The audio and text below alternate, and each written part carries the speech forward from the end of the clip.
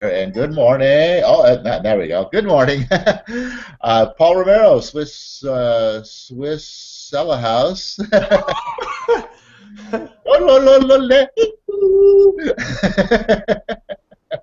Cellar House, Arizona. Wholesale real estate training number. My gosh, where's my 75. 95? Thank you very much. That's where I was going with that. Anyway, it's new op day, January 26th. Yeah, I got that right. 2015, and yeah, we're almost there at the end of the month. This is absolutely sickening. I mean, that this time flies by so fast. But anyway, um, happy new up day, everybody. Beginning of a brand new, strong session. And I want to say good morning to Mr. John Leister. Good morning, Mr. Romero, and thank you for having me on this hangout with you this morning. And it's unbelievable. What is today, the 26th already? We're already at the end of the first month of the year.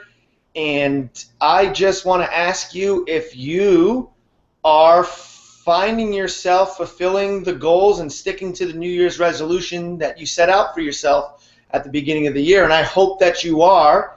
And I've got some great news today, Paul. As you know, we met with somebody via Hangout from New York. If they're watching, welcome to today's Hangout. We're really excited to meet with you again on a Hangout tomorrow evening. We found a possible New York noodler, which I'm very excited about because she lives really close to my hometown in New York, where I grew up in a town called Hicksville, which is nothing like how it sounds. It's in the middle of Long Island, the most densely populated, probably most densely populated island on Earth, just about, at least in this country. And it's nothing like it sounds, but it's exciting to connect with someone from my neck of the woods. I'm thinking about for years about building a team to do real estate in New York, and it looks like the universe is manifesting that dream into reality with a noodler from New York reaching out to us, and we had a good conversation with you on Saturday morning, and we look forward to meeting up with you again on a hangout on Tuesday, and hopefully you're going to decide to join the team and get started with us. So I'm very excited about that. It's been an exciting weekend, Paul. I was able to train a new noodler on Sunday. Name is Tina. And I love her enthusiasm, and I love her mindset. And really, that's something I want to just bring to everyone's attention this morning, is how important an enthusiastic, positive mindset and having a why. Why do you want to do wholesale real estate? Why do you want to jump into this as your vehicle to move you down the road to your future? And it has to be powerful. It has to be meaningful. There has to be a reason behind it. And to sit with this girl, we probably spent about 4.5 hours, 5 hours together yesterday, Tina and I.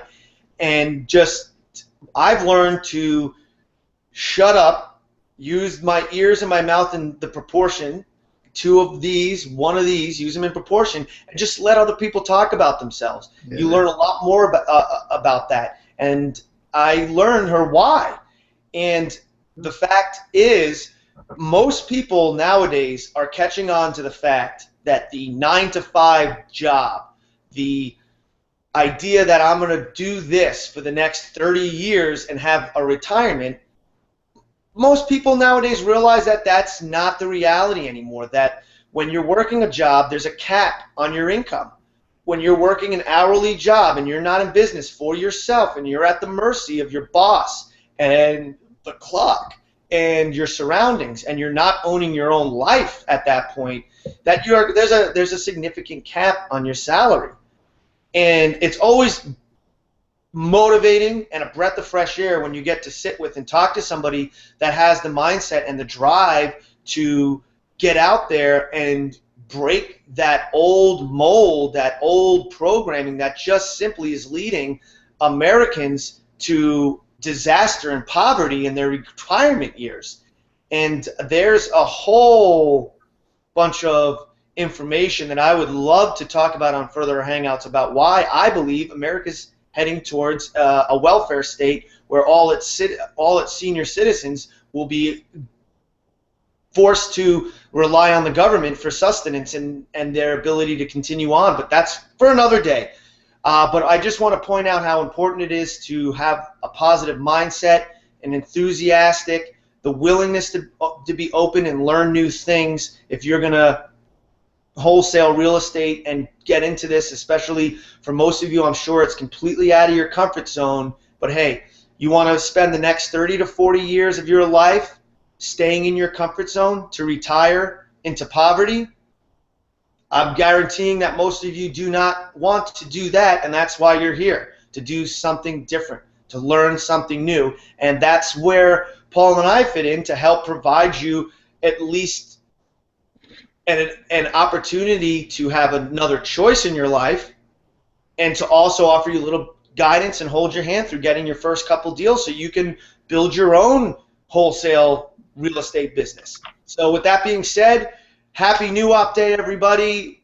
Paul, happy new op day to you. Good day to you. I'm real excited, and hey, it's the end of the month already, so the time for action is now. Yeah, and look at that. Happy new op day, and there's a new op for you right there. Right here, right on this, right here with us. Anyway, what John was saying there, actually very cool, because talking with Tina yesterday, excited about her enthusiasm, mindset, and her why, and the fact that this woman understands the whole concept of the job being a trap and a losing proposition that will lead you to the future welfare state with a cap on your income that you can only exceed so far. And the hangout meeting that we had with Kemley, who is the New York Noodler, that I kind of like the sound of that, the New York Noodler. But she actually saw from YouTube, stumbled across one of our hangout recordings, watched one of the hangout recordings, and sent me an email. So I don't know why you guys aren't, but anyway, we had our hangout meeting with her, our initial Noodler interview meeting, and dummy me forgot to record it, but but we had our interview with her, and what did we find with this woman? We found that we loved her enthusiasm, we loved her mindset, and we loved her why. Do I see a common thread? And she too understands that, and in fact, she's got a great job right now, what most people would consider a great job, right? She's probably, I would guess, from the amount of time she said she's been in it, that what would you say, John? She's probably a $50,000 plus a year earner. I would say I would gather that. I don't like to guess on people's jobs. Actually, being from New York, it might even be more because the cost of living is a whole lot higher there, right? Mm-hmm. But what she's doing is, by all, common sense standards, if you will, a great job. And admittedly, she says it's a great job, but it's right. He understands the restrictions. Yeah, that's what I'm saying. I mean, most people would look at her job. I'm just saying, a 50,000 plus a year earner, most people, I mean, not most people, but there's a lot of people in this country that look at, wow, 50K a year, that's a great job. Even 60K a year, 70K a year, 80K a year, right? People are, the mindset of people today, and I've even talked with a few people who are not necessarily, well, I guess, yeah, some college student age people, and also some just out of school, going back to college kind of age, younger, early 20s and things like that, that people are going back to school to learn to learn so that they can go out there and get one of these, quote, good jobs, and they're excited about making 50 to 80K. And I just don't understand why. They have a death wish, I guess. I don't know, but yeah, understanding the fact that any job out there, I don't care how good it is, how good it appears to be, it's capped. Your limit, your income is capped. 50 to 80K might sound great today. Look at the future, okay? Look at 10 years ago when you were saying, wow, a 40 to 60K job was great, right? But what did it get you? It didn't get you anywhere. A 50 to 80K job in the future, it ain't going to get you anywhere. And the thing what John's talking about is everybody retiring. You're going to work 30, 40 years, and then you retire because everybody's got this grand vision. I'm going to work 30, 40 years, and I'm going to retire and see the world. The only world you're going to see is on the globe that you bought that's sitting on your desk when you spin it every day, because that's all you're going to be able to afford living off of now, 1/2 to 1/3 of what you were earning while you were working. That wasn't enough money then. How are you going to retire and see the world on that? So that's all I got to say. Absolutely. So now that we've basically got into that and welcomed hopefully the two, Tina and the New York Noodler. That's how I'm going to refer to you from now on, by the way, is the New York Noodler. I think that's your name, that's your image, and that's how you need to promote yourself out there when you start going to the ASRIA meetings and stuff that we talked about on Saturday. So I'm very excited to have them on board. For some reason, I envision a Frank Sinatra song, the New York Noodler. Noodler, wealthy and healthy, she's happy, she's holy. Yeah, no, it's great. All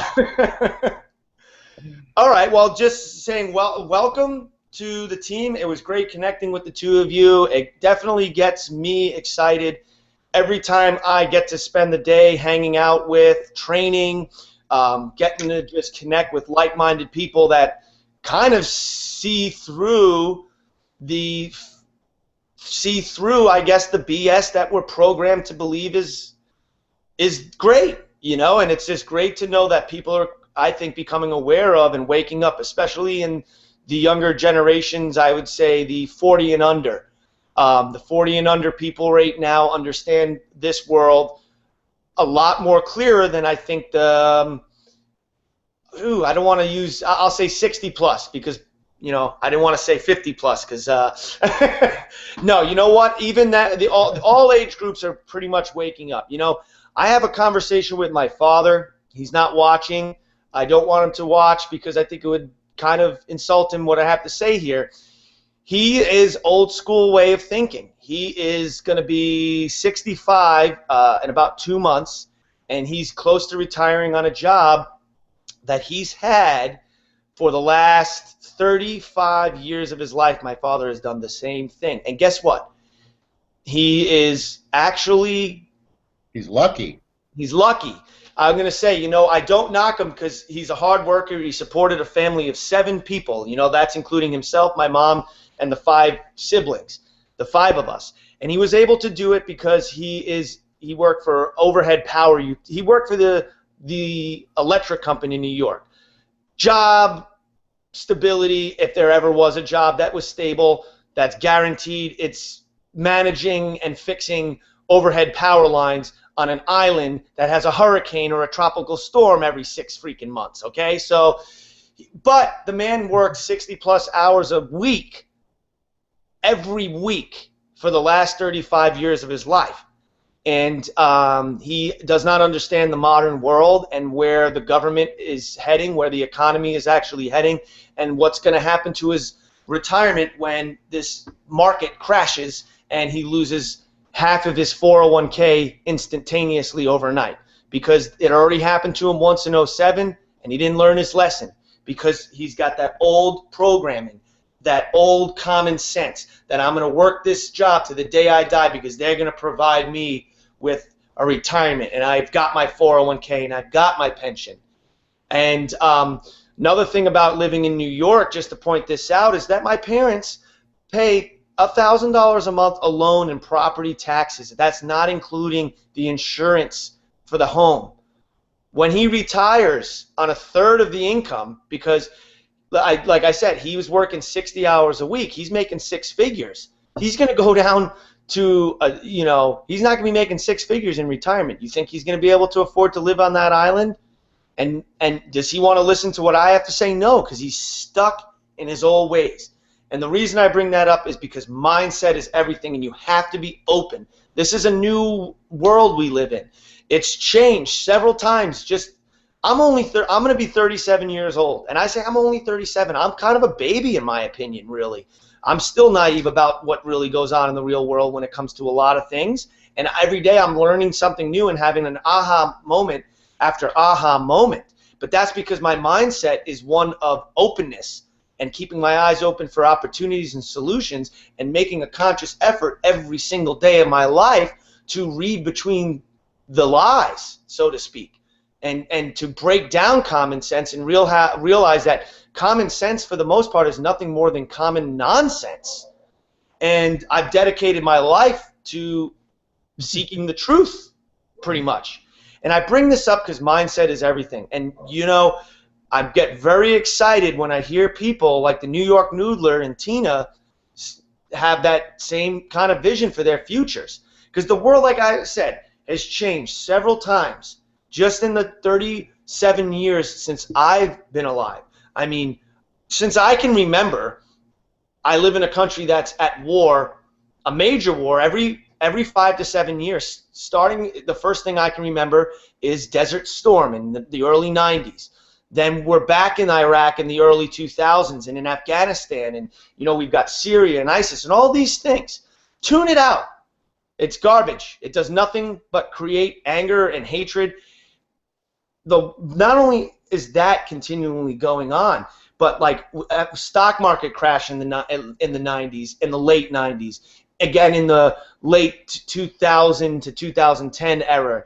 It's going to happen again. These things are going cycles, but with the advent of the internet and the proliferation of the information that's out there, there is more, I believe, more opportunities now to break free of the common sense mentality out there and do something new with your life, do something exciting with your life, and own it and become a business owner.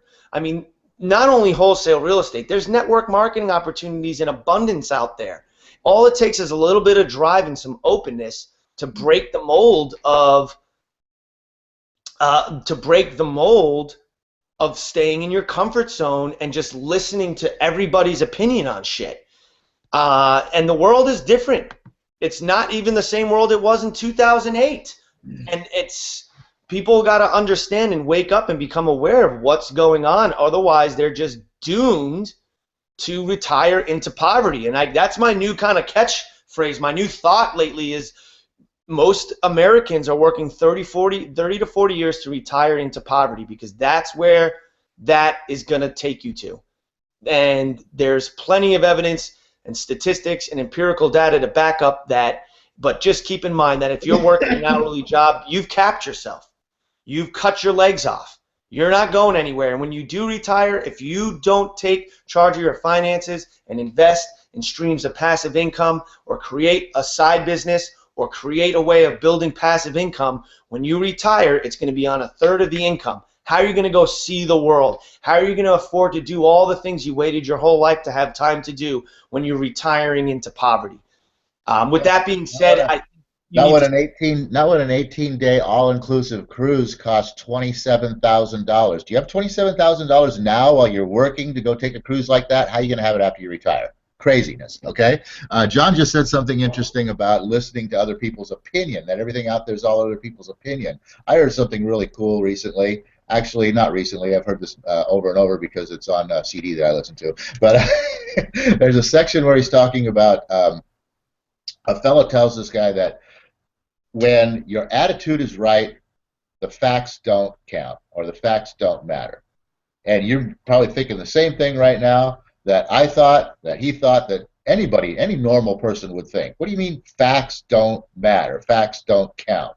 And how can my attitude make any difference over what the facts are? Facts are facts. We can't change facts. They are what they are. Well, that's wrong. The facts are nothing more than other people's opinion. That's why if your attitude is right, the facts don't matter, because they're just somebody else's opinion.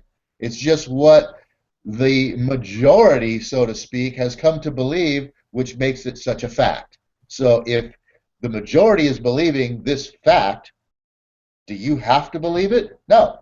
You have one of these up here between your ears, and you can choose to do whatever you want. You can choose to do whatever you feel is the right thing to do.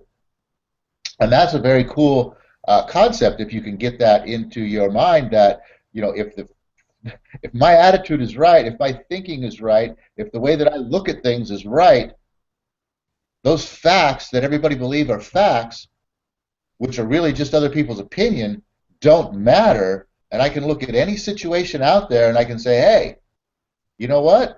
Yeah, those facts are wrong. If A equals B, the facts say we should have C or we should have D, whatever it is. But in actuality, if you look at this, if A equals B or A plus B, then we should have C. And it all makes sense. If you look at it, I mean, it's just simple.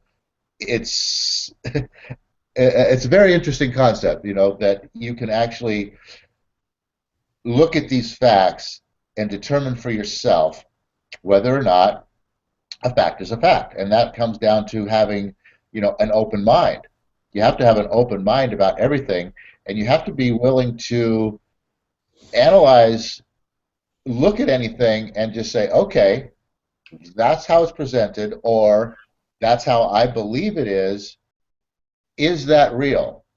And you have to be able to put yourself into a frame of mind where you basically are ready, willing, able, and will question everything, because there's so much information out there. It comes from 100 million different sources.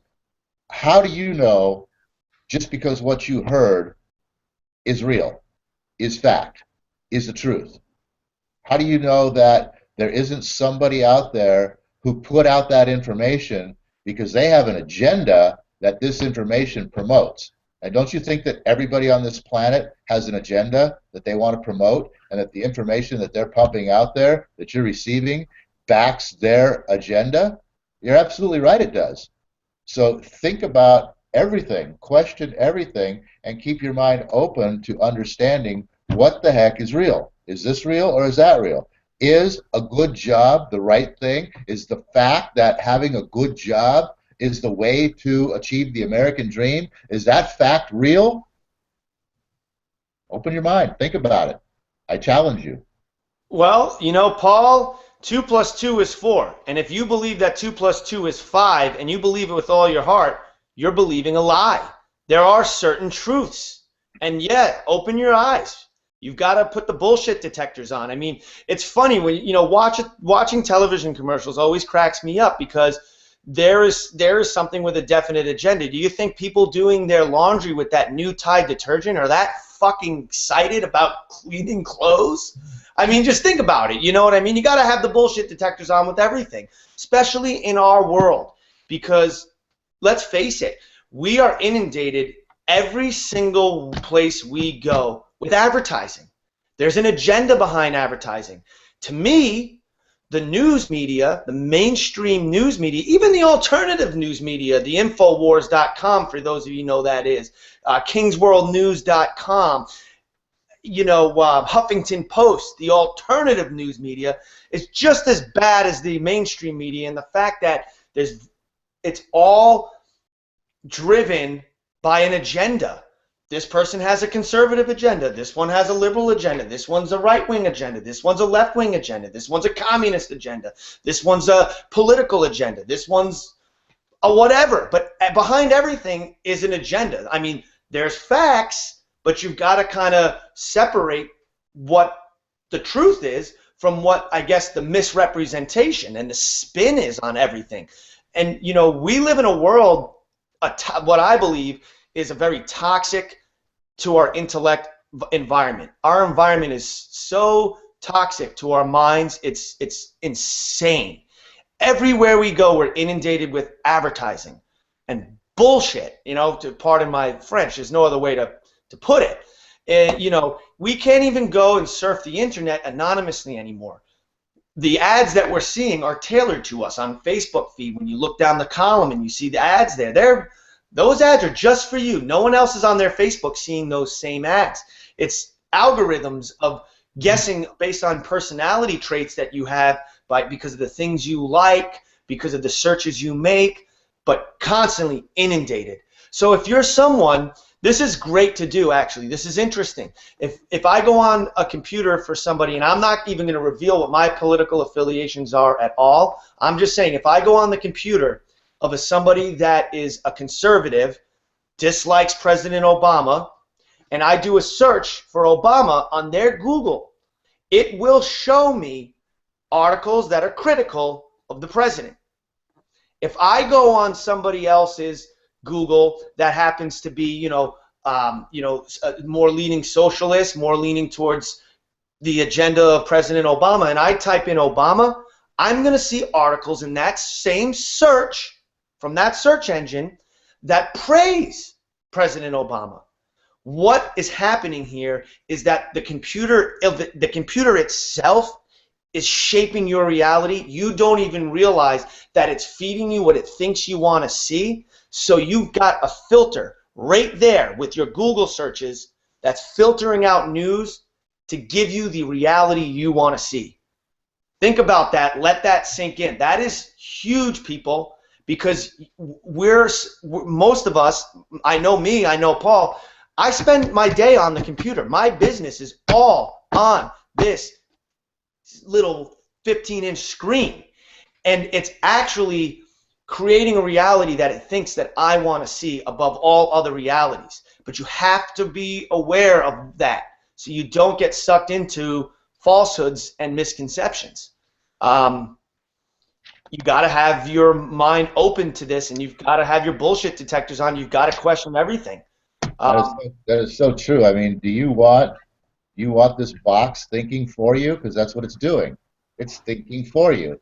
It says, you're doing a search for President Obama. Okay, well, we know you like Obama, so we're going to give you this information. And so you can perpetuate that thought, and we can rat hole you into this, little specific group over here. That's what it's really all about. Remember the days when racial profiling was illegal or it was such a bad thing? This is freaking thought profiling, human profiling. How bad is this? And yet we all accept it. We have no worry about it, no second thought about it, no question about it. No, most of us don't even have a reality that it's even going on. And yet, to look at somebody and say, oh, well, you're this colored skinned person, that means you're that. But yet we have a machine sitting right in front of us that says, oh, you're this kind of a person over here, you're that, this is what you need to look at. That's pretty scary. Yep, and the thing is, I would say the majority of the public is not even aware of it. And the reason why Paul and I are aware of it is because we're marketers. We're sales guys. And we understand,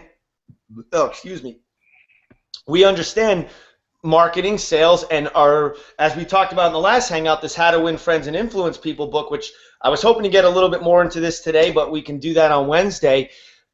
Psychology, understanding the psychology of people. Well, what me and Paul are talking about here with what this box, this computer does, people that are in marketing and sales are fully aware of what this does. Because that's right. That's exactly why it's doing it. Sorry to cut you off there, but that's exactly why it's doing it. Exactly. They want to categorize you, like I said, rat hole you into one specific little, swarm school of fish ball, so that whenever whenever you're available, they can blast you with marketing that's going to get you to buy and spend your money in a specific area. That's the purpose behind all of it. That's where it's all. That's the general driving notion behind it. That is, creating why they're doing this, why it's going that way, why this is happening, is to be able to get more money out of your pocket for stupid crap you don't need, because that's the way that this box says you think. That's pretty much what it comes down to. Right, and the reason it's been designed to do that is to make better use of the people that are marketing their products, to make better use of their marketing dollars, is they're using this to profile people so that they can specifically target their marketing for people who fit the profile of people that would most likely buy that product. Can you say it's a way to agenda? maximize their marketing dollars, which is why it's going on. But you've got to realize it is, because you've got to realize the implications on that. And that's why I say, you know, we're living in a toxic environment. And as Paul and I talked about on a few Hangouts ago, is the fact that this little square here that we all carry around, that they give out for free, that just about every single American, including homeless people, own one. Now, I'm not against that at all. I'm not saying this in a way that's alarmist. I'm not saying this in a way that's against the trend, because, baby, I'm on the wave. I'm riding this trend and the trend of the computer into the future. You know what? I'm not saying if you can't beat them, join them, because that's not what we're doing here. But this is the future, people. This is the future, and whether you want it to be or not, it's inevitable, and you're not going to stop it. Paul and I aren't going to stop. I don't even want to stop it. The opportunities here are limitless. But I'm saying, like, their ability to track you through the cell phone. We just sat down with somebody that was pitching on us their marketing services, and the way they can use cell phones to track and to market people is another thing that's borderline creepy, scary, and just another thing to say, hey, we've got to become aware of the environment. And I'm talking about intellectual property now. I'm not even talking about the physical environment. I'm just talking about the things that have an impact on the way you think. We've got to be aware of this. Otherwise, we're not going to be able to think for ourselves, and we're giving ourselves over to others to be tools in the hands of other men, and we're just reduced down to sheeple. And all the information's out there to become aware, and we're out of time. I'm going to toss it back to Paul for a final thought and lead us in our prayer. Just going to say, rounding it out, the reason why we're bringing all this stuff up is because of exactly that. What John just said is the fact that, you know, you've got to be aware of what you're thinking, and you've got to be aware of what's influencing your thinking, because you're trust me, your thinking is being influenced by outside sources from the day you were born. So that's where the Napoleon Hill prayer comes in right now, that says, "Oh universe, I ask not for more riches, I ask for more wisdom with which to make better use of the riches given to me at birth, consisting of the power to control and direct my own mind to whatever end I might desire." Control and direct your own mind. That's what we're talking about here. There's all sorts of outside sources that are controlling and directing your mind for you. Repeat this prayer and ask for that, because that's how you will make success out of your life. Everybody have a great day. We'll see you here back.